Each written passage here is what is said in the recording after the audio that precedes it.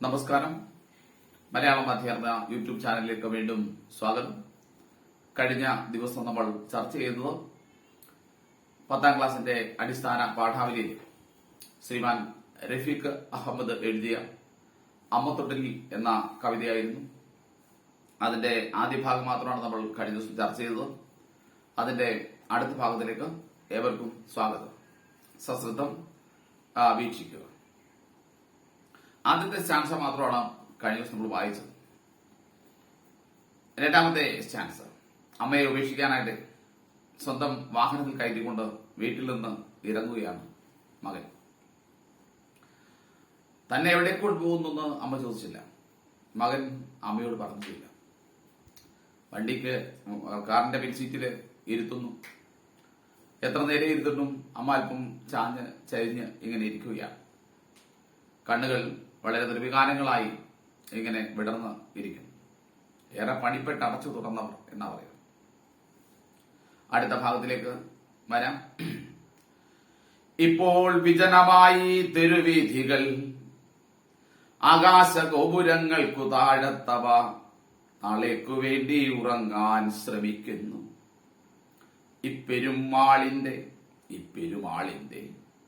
തൊട്ടടുത്തായിട്ടിറക്കിയാലെന്നോർത്ത് പെറ്റുകിടക്കും തെരുവട്ടിക്കെന്തൊരൂറ്റം കുരച്ചത് ചാടി കുതിക്കുന്നു.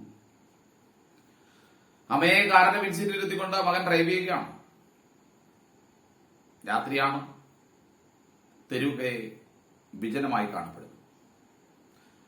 ഇപ്പോൾ വിജനമായി തെരുവീഥികൾ, ആകാശ ഗോപുരങ്ങൾക്കു താഴത്തവ നാളേക്കു വേണ്ടി ഉറങ്ങാൻ ശ്രമിക്കുന്നു. ആകാശഗോപുരങ്ങൾ, ആകാശമുട്ടെ ഉയർന്നു നിൽക്കുന്ന ഫ്ളാറ്റുകൾ, പാർപ്പിട സമുച്ചയങ്ങൾ, അവയിലൊക്കെ അവര് ഉറക്കത്തിലേക്ക് വഴുതി വീഴുകയാണ്. ഇന്നിന് നാളെ രാവിലെ ഉണരാൻ വേണ്ടിയാ ഉറക്കം. ഉണരും എന്ന കാര്യത്തിൽ ആർക്കും യാതൊരു ഉറപ്പുമില്ല. ജീവിതം അതുപോലെ തന്നെ ക്ഷണപ്രഭാചഞ്ചലമാണ്. അതുകൊണ്ട് തന്നെ ഈ ഉണരാൻ വേണ്ടി ഉറങ്ങുക, അല്ലെങ്കിൽ നാളേക്ക് വേണ്ടി ഉറങ്ങുക എന്നുള്ള പ്രയോഗം വളരെ മനഃപൂർവ്വമാണ് കവി ഉപയോഗിച്ചത്. ഈ പെരുമാളിന്റെ മാൾ വലിയ വ്യാപാര സമുച്ചയങ്ങളാണ്. ആധുനിക ലോകത്തിന്റെ സാങ്കേതികമായ ജീവിതത്തിന്റെ മുഖമുദ്രകളായി മാറിയിരിക്കുകയാണ് ഇപ്പോൾ മാളുകൾ. ലുലു മാൾ എന്നൊക്കെ നിങ്ങൾ കേട്ടിട്ടുണ്ടാവും. അപ്പൊ ഈ മാളുകൾ ആണ് ഇന്ന് ആധുനിക മനുഷ്യന്റെ ജീവിതത്തെ നയിച്ചുകൊണ്ടിരിക്കുന്നത്. ഈ പെരുമാളിന്റെ ബ്രാക്കറ്റ് കൊടുത്തിരിക്കുന്നു. ഈ പെരുമാളിന്റെ ഒരു കാലഘട്ടത്തിൽ കേരളം ഭരിച്ചിരുന്ന ചക്രവർത്തിമാരെ വിളിച്ചിരുന്ന പേരായിരുന്നു പെരുമാക്കന്മാർ. അപ്പൊ അതുപോലെ ഇന്ന് നമ്മുടെ സമൂഹത്തെ ഭരിക്കുന്നത് ഈ മാളുകളാണ്, വ്യാപാര സമുച്ചയങ്ങളാണ്, നമ്മുടെ ജീവിതത്തെ കണക്കുകൂട്ടലുകളാണ് മുന്നോട്ട് കൊണ്ടുപോകുന്നത്. എവിടെയും ലാഭത്തിന്റെ കണക്കുകളാണ് വായിക്കപ്പെടുന്നത്, ചർച്ച ചെയ്യപ്പെടുന്നത്. അതുകൊണ്ടാണ് മനഃപൂർവ്വമായി ഈ പെരുമാളിന്റെ എന്ന് ഉദ്ദേശിച്ചത്. തൊട്ടടുത്തായിട്ടിറക്കിയാലെന്നോർത്ത് ആളൊക്കെ അടച്ചു കഴിഞ്ഞു. അവിടെ ഇരുട്ടും കൂടി കിടക്കുകയാണ്. അവിടെ ഈ അമ്മയെ ഇറക്കി വെച്ചിട്ട് പോവാം, അതൊരമ്മത്തൊട്ടിലാക്കാം എന്നൊക്കെ മകൻ വിചാരിക്കുന്നു. അവിടെ വണ്ടി നിർത്തി. അപ്പോഴോ പെറ്റുകിടക്കും തെരുവട്ടിക്ക് എന്തൊരൂറ്റം കുരച്ചത് ചാടി കുതിക്കുന്നു. അവിടെ എവിടെ ഒരു പട്ടി പെറ്റ് കിടപ്പുണ്ടായിരുന്നു. തന്റെ സമീപത്ത് കൊണ്ടുവന്ന് കാർ നിർത്തിയപ്പോ തന്നെ അത് കുരച്ചുകൊണ്ട് അതിന് നേരെ ചാടുകയാണ്. സ്വന്തം കുഞ്ഞുങ്ങളെ ആരും ആക്രമിക്കാൻ വന്നു എന്നാണ് അത് വിചാരിച്ചത്. അതുപോലെ സ്വന്തം അമ്മ തന്നെ വളർത്തിയാണല്ലോ, കാക്കയ്ക്കും പൂച്ചയ്ക്കും ഒന്നും കൊടുക്കാതെ എന്നൊക്കെ പറയുന്ന ഒരു ശൈലിയുണ്ട്. അങ്ങനെയെല്ലാം എല്ലാത്തിൽ നിന്നും സംരക്ഷിച്ച് വളർത്തി ഇത്രയുമൊക്കെ ആക്കി. ഇപ്പൊ അമ്മയെ അവൻ അവിടെ ഉപേക്ഷിക്കാൻ വന്നിരിക്കുകയാണ്. ആ പട്ടിയുടെ മനോഭാവം കണ്ടപ്പോ, അല്ലെങ്കിൽ അതിന്റെ മുഖത്തെ ഭാവം കണ്ടപ്പോ അവന് അവിടെ ഇറക്കാൻ കഴിഞ്ഞില്ല. അമ്മയെ തുടർന്ന് സഞ്ചരിക്കുകയാണ്. ജില്ലാശുപത്രിക്കരികിൽ ഒരേയൊരു രാക്കട മാത്രം, ഉറക്കച്ചടവുമായി 2-3 ആളുകളുണ്ടെങ്കിലും പിന്നിലുണ്ട് ഒഴിവ് കനത്തോരിരുളിടം. പക്ഷേ പടികളിലെന്തോ തടഞ്ഞുപോയി. പണ്ടു പനിച്ചതും അമ്മ എടുത്തുകൊണ്ടപ്പടി ഓരോന്നു കേറി കിതച്ചതും അന്നത്തെ സൂചിപ്രയോഗത്തിൽ നീറ്റൽ പോലൊന്നു മനസ്സിലൂടെ അപ്പോൾ കടന്നുപോയി. ഇപ്പൊ മാളിന്റെ മുന്നിൽ ഇറക്കാൻ പറ്റില്ല. വാഹനം മുന്നോട്ട് നീങ്ങുകയാണ്. അപ്പോഴാണ് ഡിസ്ട്രിക്ട് ഹോസ്പിറ്റൽ, ജില്ലാശുപത്രി കാണുന്നത്. ആശുപത്രിയുടെ മുന്നില് ഒരു രാക്കട എന്ന് വെച്ചാൽ രാത്രിയിലും പ്രവർത്തിക്കുന്ന കട. ആ കട മാത്രമുണ്ട്. അവിടെ 2-3 ആളുകളുണ്ട്. എങ്കിലും അവരൊക്കെ ഉറക്കച്ചടവിലാണ്. അവിടെ അങ്ങനെ ശ്രദ്ധിക്കുന്നില്ല ആരും. അതിന്റെ പിന്നിൽ നല്ല ഇരുട്ടുള്ളൊരു സ്ഥലമുണ്ട്.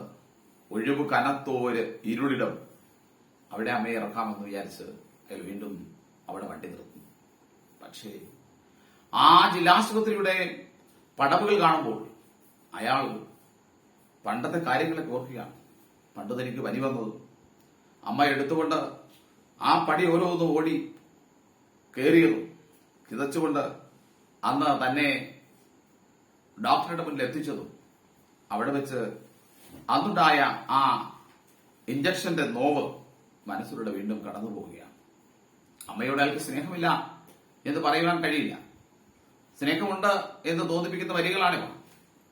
പക്ഷേ സാഹചര്യങ്ങളുടെ സമ്മർദ്ദം അയാളെ കൊണ്ടത് ചെയ്യിക്കുകയാണ്. പക്ഷെ അവിടെയും അയാൾക്ക് അമ്മയെ ഇറക്കാൻ കഴിഞ്ഞില്ല. ജില്ലാശുപത്രിക്കരികിൽ ഒരേ ഒരു രാക്കട മാത്രം. ഉറക്കച്ചടവുമായി 2-3 ആളുകളുണ്ടെങ്കിലും പിന്നിലുണ്ട് ഒഴിവ് കനത്തോ ഇരുളിടം. പക്ഷേ പടികളിലെന്തോ തടഞ്ഞുപോയി. പണ്ടു പനിച്ചതും അമ്മ എടുത്തുകൊണ്ടപ്പടി ഓരോന്നു കേറി കിതച്ചതും അന്നത്തെ ശുചിപ്രയോഗത്തിൽ നീറ്റൽ പോലൊന്ന് മനസ്സിലൂടെ അപ്പോൾ കടന്നുപോയി.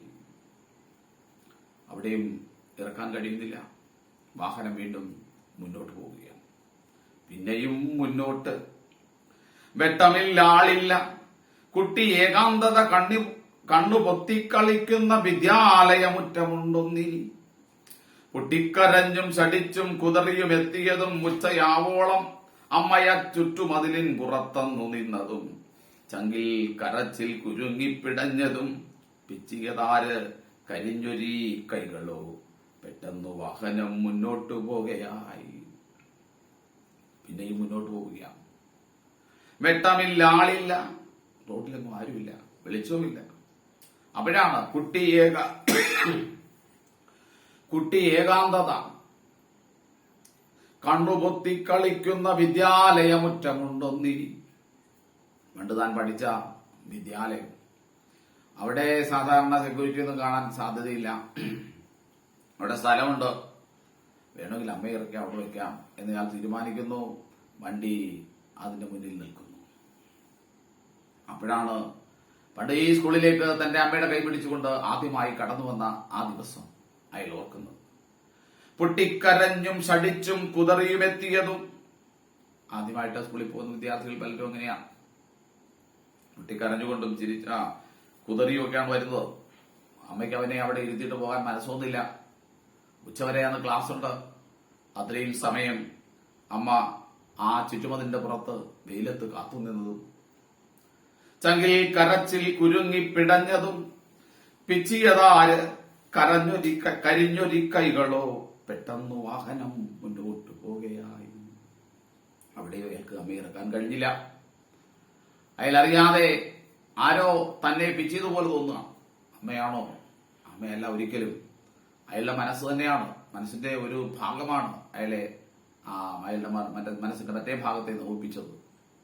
ഉടൻ തന്നെ വാഹനം മുന്നോട്ട് പോവുകയായി. എങ്ങിനിക്കൊണ്ടിറക്കേണ്ടു സ്വയം ബുദ്ധി കെട്ടു കരിന്തിരിയാളും വരയവർ ഒന്നെ കൊണ്ടുപോയിടേണമെന്നുള്ള ശല്യപ്പെടുത്തൽ പ്രതിഷ്ഠിച്ച കോവിലിൽ. എങ്ങിനിക്കൊണ്ടിറക്കേണ്ടു, ഇനി എവിടെ കൊണ്ടുപോകും ഞാൻ? സ്വയം ബുദ്ധി കെട്ടു കരിന്തിരിയാളും വരയവർ. ബുദ്ധിയില്ലാതെ എന്നുവെച്ചാൽ സ്വബോധം മറയുന്ന അതിന് തൊട്ടു മുമ്പ് വരെ എപ്പോഴും അമ്മ അയാളോട് പറഞ്ഞിരുന്നു ഒരിക്കൽ എന്നെ അമ്പലത്തിൽ നിന്ന് കൊണ്ടുപോകണേ എന്ന് പറഞ്ഞിരുന്നു. ശരി, ഇപ്പൊ തന്നെ അമ്പലത്തിൽ കൊണ്ടുപോയേക്കാം എന്ന് ശല്യപ്പെടുത്തൽ പ്രതിഷ്ഠിച്ച കോവിലിൽ. അമ്മയൊരു ശല്യമായിരുന്നു അയാൾക്ക്. ബോധം പോയി കഴിഞ്ഞപ്പോൾ പിന്നെ അതിനെക്കുറിച്ചൊന്നും സംസാരിക്കുന്നില്ല. അമ്പലമേതാ അടുക്കളയേതാ എന്നൊന്നും തിരിച്ചറിയാൻ പറ്റാത്ത അവസ്ഥയിലായി. അതുകൊണ്ട് സ്വബോധം നഷ്ടപ്പെടുന്നതിന് ഒട്ടും പോരെ അമ്മ ഇങ്ങനെ വിളിച്ച് കരയുമായിരുന്നു. എടാ, എന്നെ അമ്പലത്തിലൊന്ന് കൊണ്ടുപോകും. ശരി, അമ്പലത്തിൽ കൊണ്ടുപോയില്ല. ഞാനിതിന്റെ ആമുഖത്തിൽ തന്നെ പറയുകയുണ്ടായി, ഇന്ന് പലരും ഈ തരത്തിൽ വൃദ്ധരായ രക്ഷിതാക്കളെ ഉപേക്ഷിക്കാൻ കണ്ടെത്തുന്ന സുരക്ഷിതമായ സ്ഥലമാണ് പലപ്പോഴും ആരാധനാലയങ്ങൾ, വിശിഷ്യ ക്ഷേത്രങ്ങൾ. അപ്പൊ അവിടെ കൊണ്ടുപോകാം. അവിടെ ചെല്ലുന്നു, വണ്ടി നിൽക്കുന്നു. പെട്ടെന്ന് ആരാണ് മുന്നിൽ? പുറത്തേക്ക് അശാന്തനായ ഈശ്വരൻ കാറ്റൊന്നു കൊള്ളാനിറങ്ങിയോ. അവിടെ ആരോ ഒരാൾ നിൽക്കുന്നു. അയാൾ കണ്ടാൽ അവിടെ ഇറക്കാൻ പറ്റില്ല. ഒരുപക്ഷെ ആ കോവിലിലെ പ്രതിഷ്ഠിച്ചിരിക്കുന്ന ഈശ്വരൻ തന്നെ ആയിരിക്കാം കാറ്റുകൊള്ളാനായി മുറ്റത്തോട്ട് ഇറങ്ങി വന്നതായിരിക്കാം. അഥവാ ഈ അമ്മയെ ഇവിടെ ഉപേക്ഷിക്കാൻ അയാൾക്ക് കഴിയരുത് എന്ന് കരുതി മനഃപൂർവ്വം ഈശ്വരൻ ആ രൂപത്തിൽ പ്രത്യക്ഷപ്പെട്ടതാവാം എന്ന് ഞാൻ വിചാരിക്കുന്നു. ഏറെ തണുക്കുന്നു ചില്ലുയർത്തിയിടുമ്പോൾ ഓർത്തു, കരിമ്പടം അമ്മ വയറ്റത്തു പറ്റിക്കിടക്കുന്ന ചൂട്, മുഷിവുമായി കാച്ചെണ്ണ ചേരുന്ന ഗന്ധം, പുലർച്ചയിൽ ഒലക്കൊടികൾ പുകയുന്നതിൻ മണം. വീണ്ടും ആഹാരം മുന്നോട്ട് പോവുകയാണ്. രാത്രിയാണ്, മഞ്ഞുണ്ട്, തണുക്കുന്നു. അയാള് കാറിന്റെ ഗ്ലാസ് കയറ്റി. അപ്പോഴോ ഒരു ചൂട്. ആ ചൂട് അയാളെ പണ്ട് അമ്മയുടെ വയറ്റത്ത് ചേർന്ന് ഒട്ടിക്കിടന്ന് ഉറങ്ങിയപ്പോൾ അനുഭവിച്ച ആ ചൂടിനെ കുറിച്ച് ഓർമ്മിപ്പിക്കുന്നു. മുഷിയുമായി കാച്ചെണ്ണ ചേരുന്ന ഗന്ധം. അമ്മയുടെ തലമുടിയുടെ കാച്ചെണ്ണയുടെ മണം കലർന്ന ആ ഒരു സാമീപ്യം. പുലർച്ചയിൽ ഓലക്കൊടികൾ പുകയുന്നതിൻ മണം. പുലർച്ചയിൽ അമ്മ പാചകത്തിൽ ഏർപ്പെടുമ്പോൾ അടുത്ത് നിൽക്കുമ്പോൾ ആ അടുപ്പ് കത്തുന്നതിൽ നിന്ന് ഉണ്ടാവുന്ന ഒരു ഗന്ധം. ഇതൊക്കെ പണ്ട് കാലത്തെങ്ങും അനുഭവിച്ച അതേ ആ പൊലിമയോടെ അദ്ദേഹത്തിന്റെ മനസ്സിൽ വീണ്ടും കടന്നു വരികയാണ്. അയാൾ തീരുമാനിക്കുന്നു, എനിക്ക് അമ്മയെ ഉപേക്ഷിക്കാൻ കഴിയില്ല. എന്തായാലും വേണ്ട, ഇന്നിനി തിരിച്ചു പോകാൻ തീരുമാനിക്കും. അപ്പോഴാണ് അയാളുടെ മനസ്സിൽ, ഒന്നിനും കൊള്ളരുതാത്തവൻ എന്നവൾ ഇന്നും പഴി പറഞ്ഞേക്കും. പക്ഷേ ഭാര്യയായിക്ക് നിർബന്ധിച്ചയാളെ പറഞ്ഞു വിട്ടത്. തിരിച്ചു ചെല്ലുമ്പോ ഭാര്യ ഒരുപക്ഷെ ചൂടായേക്കാം. ഒന്നിനും കൊള്ളരുതാത്തവൻ, ഒരു വൃദ്ധയായ സ്ത്രീയെ കൊണ്ട് ഉപേക്ഷിക്കാൻ പോലും നിനക്ക് കഴിയില്ലേ എന്ന് ചോദിച്ചേക്കാം. ഇന്നും പഴി പറഞ്ഞേക്കും. മടങ്ങാതെ വയ്യ, നീ എന്ത് കേട്ടാലും വേണ്ടില്ല, എനിക്ക് തിരിച്ചു പോകണം. തലയ്ക്കകത്തെന്തോ പെരുക്കുന്നു. മെല്ലെ തിരിഞ്ഞൊന്നു നോക്കി, പിറകിലെ സീറ്റിലുണ്ടമ്മ. വലത്തോട്ട് പൂർണ്ണമായി ചാഞ്ഞ് മടങ്ങി മയങ്ങിക്കിടക്കുന്നു. പീളയടിഞ്ഞ് നിറം പോയ കണ്ണുകൾ എന്തേ അടയ്ക്കാതെ വെച്ചമ്മ ഹൃദയം. വീട്ടിൽ ചെന്ന് ഡോറ് തുറന്നു നോക്കുമ്പോ അമ്മ പിറകിലത്തെ സീറ്റില് പൂർണ്ണമായും വലത്തോട്ട് ചരിഞ്ഞ് മടങ്ങി മയങ്ങിക്കിടന്നു. അമ്മ മരിച്ചു. പീളയടിഞ്ഞ് നിറം പോയ കണ്ണുകൾ എന്തേ അടയ്ക്കാതെ വെച്ചമ്മ ഹൃദയം. കണ്ണുകൾ തുറന്നിരിക്കുകയാണ്. മരണപ്പെട്ടവരുടെ കണ്ണുകൾ പലപ്പോഴും ബന്ധുക്കളോ ഡോക്ടർമാരോ ഒക്കെ തിരുമി അടയ്ക്കുകയാണ് ചെയ്യുന്നത്. അമ്മ അങ്ങനെ ഈ ദുരിതപൂർണമായ ലോകത്തു നിന്ന് ഉപേക്ഷിക്കപ്പെടലിന്റെ വേദന അനുഭവിക്കാതെ ഈ ലോകത്തുനിന്ന് യാത്രയാവും. ഒരുപക്ഷെ അവരുടെ ബോധം നഷ്ടപ്പെട്ട അന്നു മുതൽ അവർക്ക് ഈ ലോകവുമായിട്ട് യാതൊരു ബന്ധവുമില്ലാതിരുന്നു എങ്കിൽ കൂടി ജീവന്റെ അവസാന ചലനം വരെ താൻ ഉപേക്ഷിക്കപ്പെട്ടില്ലല്ലോ എന്നോർത്ത് ആ ആത്മാവെങ്കിലും ഒരുപക്ഷെ സന്തോഷിക്കുന്നുണ്ടായി. ഇത്തരത്തിലുള്ള സംഭവങ്ങൾ ഇന്ന് നമ്മുടെ സമൂഹത്തിൽ സർവ്വസാധാരണമായി മാറിയിരിക്കുകയാണ്. അതിനെ സംബന്ധിച്ച് കുട്ടികളായ നിങ്ങൾക്ക് ഒരു അവബോധം ഉണ്ടാക്കുക എന്നുള്ളതായിരുന്നു ഈ കവിതയുടെ ലക്ഷ്യം. വലിയൊരു ലേഖനത്തെക്കാളോ ഒരു നാടകത്തെക്കാളോ ഒരു നോവലിനേക്കാളോ ഒക്കെ ഈ കവിതയ്ക്ക് നിങ്ങളുടെ മനത്തിൽ സ്വാധീനമുണ്ടാക്കാൻ കഴിഞ്ഞു എന്നൊരു വിശ്വാസമാണ് എനിക്കുള്ളത്. കാരണം കവിതയാണ് മനുഷ്യ മനസ്സിൽ ഏറ്റവും കൂടുതൽ ചലനങ്ങൾ ഉണ്ടാക്കാൻ പറ്റുന്ന സാഹിത്യ രൂപം. അതുകൊണ്ട് തന്നെ കവിത ഈ പരീക്ഷയ്ക്ക് വേണ്ടി പഠിക്കുക എന്നതിലുപരി സ്വന്തം ജീവിതത്തിൽ ഇത്തരം അനുഭവങ്ങൾ ഉണ്ടാകാതിരിക്കാൻ ശ്രദ്ധിക്കണം. മാതാപിതാക്കളുടെ പ്രാധാന്യം എന്താണെന്ന് മനസ്സിലാക്കണം. അവരെ സംരക്ഷിക്കേണ്ടത് നമ്മുടെ ബാധ്യതയാണ് എന്ന് ഓർക്കണം. എല്ലാവർക്കും നല്ലൊരു ദിവസം ആശംസിച്ചുകൊണ്ട് നിർത്തുന്നു. നന്ദി, നമസ്കാരം.